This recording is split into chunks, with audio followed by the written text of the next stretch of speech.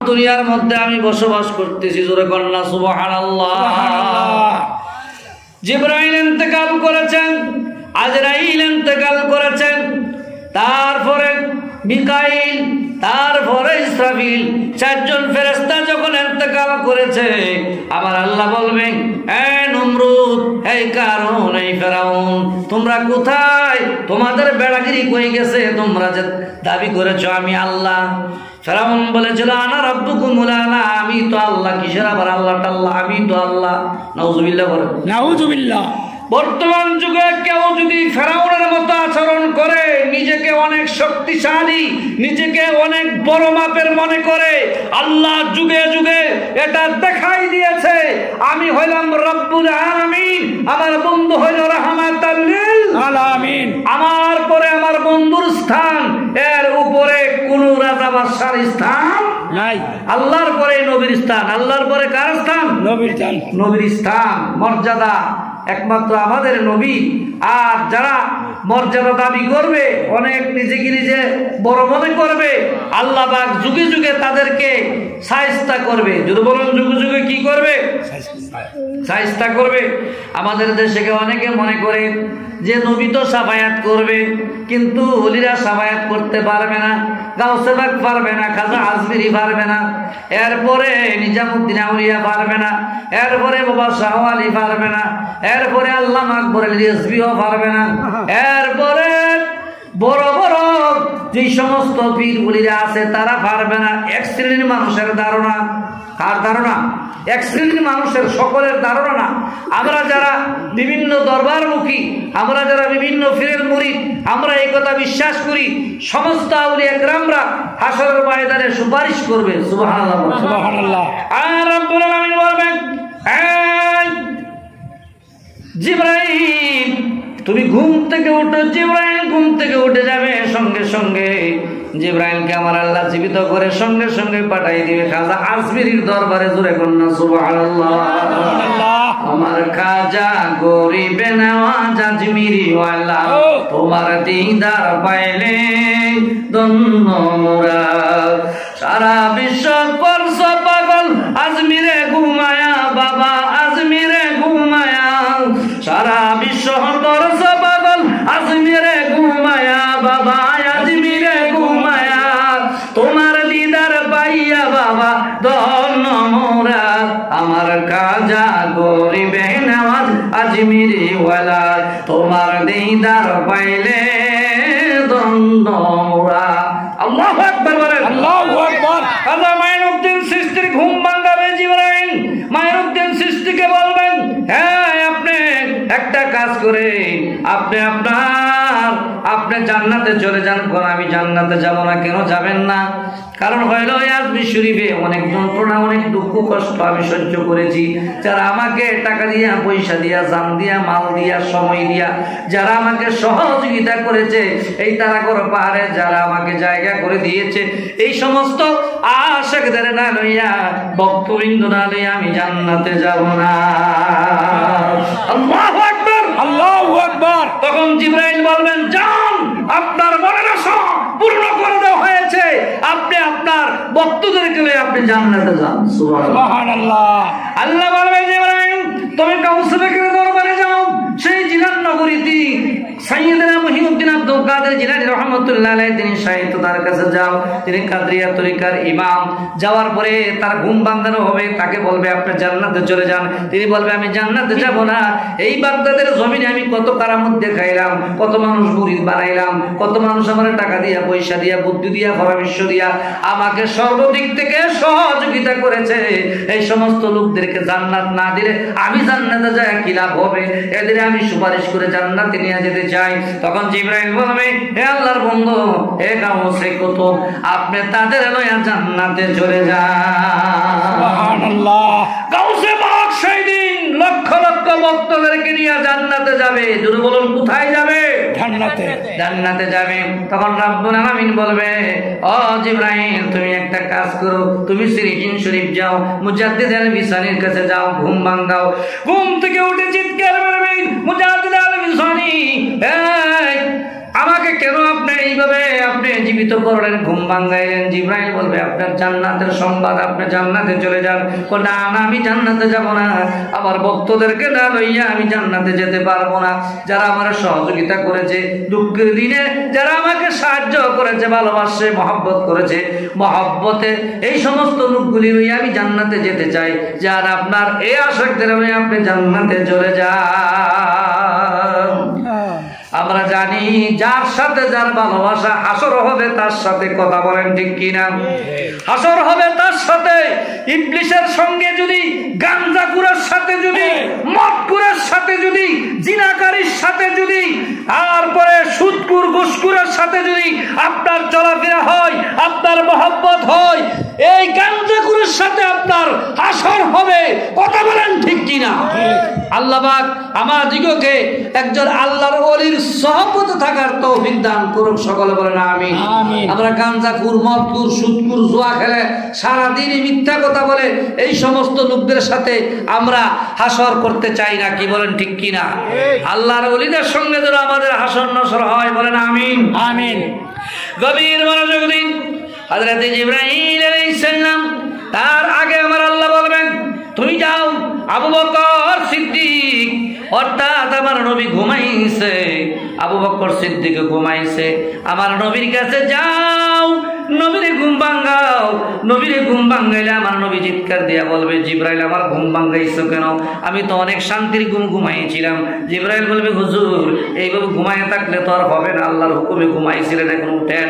অনেকে মনে করে নবী মরে গেছে, আমার নবী ঘুমাইছে এমন একটা জায়গার মধ্যে, এটাও জান্নাতের টুকরা। এই জায়গাটা, এখানে অশান্তি নাই, মারামারি নাই, কাটাকাটি নাই, খানাখানি নাই, চিন্তা নাই, ভাবনা নাই। এই জায়গার মধ্যে 70,000 ফেরেশতারা প্রতিদিন জিয়ারত করতেছে। সুবহানাল্লাহ। নবী আছেন মদিনাতে, লোহিত সাগরের তীরে। নবী আছেন মদিনাতে, লোহিত সাগরের তীরে। আরে তোমায় দেখেন আসে গনে, তোমায় দেখেন আসে গনে, পাইবে সান্ত্বনা। একজন প্রেমিক আসিল গো সোনার মদিনায়, একজন প্রেমিক আসিল গো সোনার মদিনায়। ওরে যার প্রেমেতে পাগল হইল, যার প্রেমেতে পাগল হইল খুদে রব্বানা। একজন প্রেমিক আসিল গো সোনার মদিনায়, একজন প্রেমিক আসিল গো সোনার মদিনায়। আল্লাহু আকবার বলেন। আল্লাহু আকবার। আবার বন্ধুরা রে, কি বলতেছিলাম? আমার নবী কম, আমি আমার উম্মত ছাড়া, আমার আশিক ছাড়া জান্নাতে যাব না। তখন আমার রাব্বুল আলামিন বলবে জিবরাইল আমার নবীকে জানাইয়া দাও, তিনি তার আশিকদেরকে লইয়া জান্নাতে যেন চলে যায়। তখন নবী বলবে আমার আবু বকর ছাড়া আমি জান্নাতে যাব না। আবু বকর তো আপনার পাশে শুয়ে আছে, আবু বকররে নিয়ে আপনি জান্নাতে চলে যান।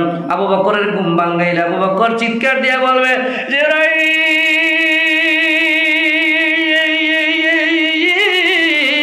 আমার ঘুম কেন তুমি ভাঙাইছো, কারণ কি?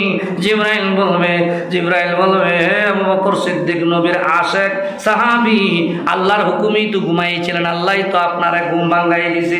আমি তো গোলামি করি আল্লাহর, আমার কোনো ক্ষমতা নাই ভাঙানোরও, ঘুমানোর, ঘুম পাড়ানোরও। আবু বকর আপনি তো জান্নাতে এখন চলে যাবেন। না না, আমি জান্নাতে যাব না। কারণ কি? কারণ হইল আমার আশিক যারা আছে এদের লইয়া জান্নাতে যাব। সুবহানাল্লাহ, সুবহানাল্লাহ, আল্লাহু আকবার, আল্লাহু আকবার। এখন আমরা বুঝি না যে আমরা কোন নবীর উম্মত।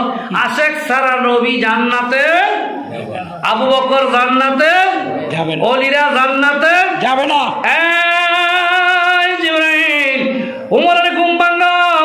উমর বলবে আমাকে ঘুম ভাঙাইছো কারণ কি? আমি তো ঘুমাইছিলাম আরামের ঘুম।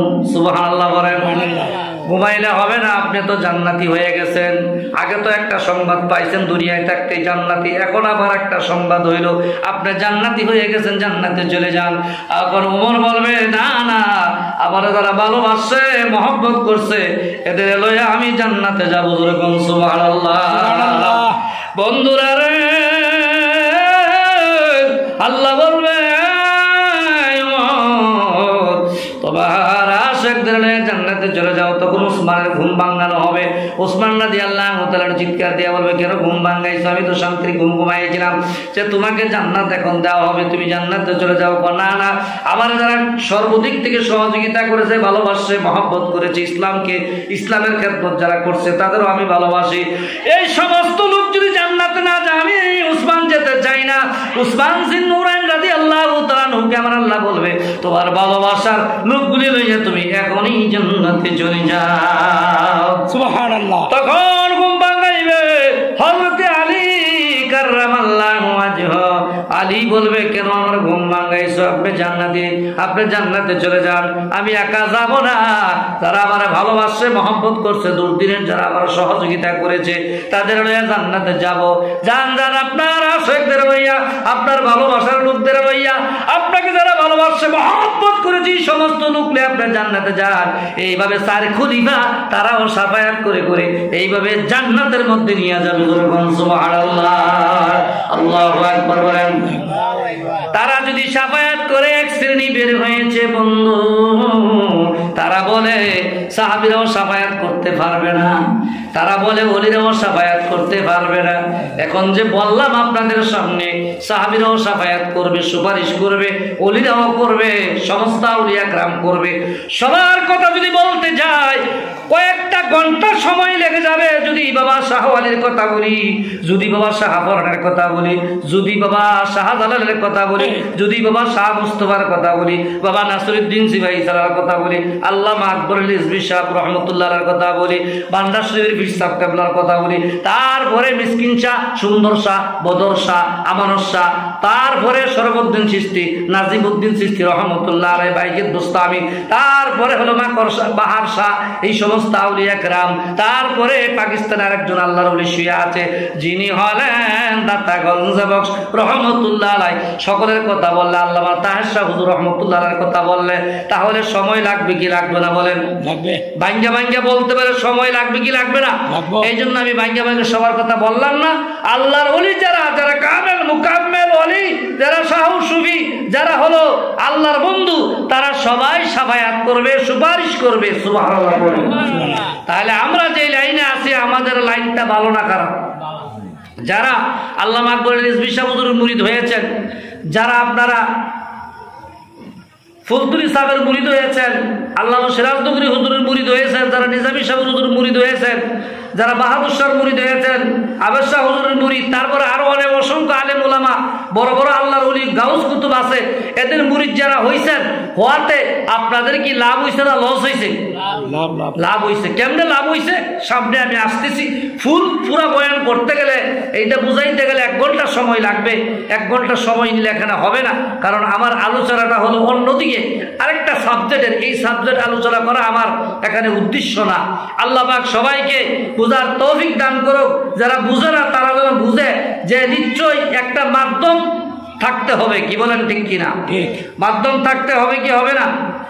এখন বলতে পারেন যে হুজুর এটা মাধ্যম, যেটা কোন জায়গা আছে কোরআনে? আল্লাহ কয়, ইয়া আইয়ুহাল্লাযীনা আমানুত্তাকুল্লাহ ওয়াবতাগু ইলাইহি ওয়াসিলা। আমি আল্লাহকে ভয় করো ঈমানদাররা।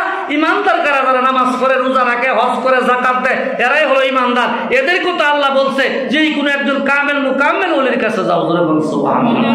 আল্লাহ পাক সবাইকে বুঝার তৌফিক দান করুক। সকলে বলেন আমিন।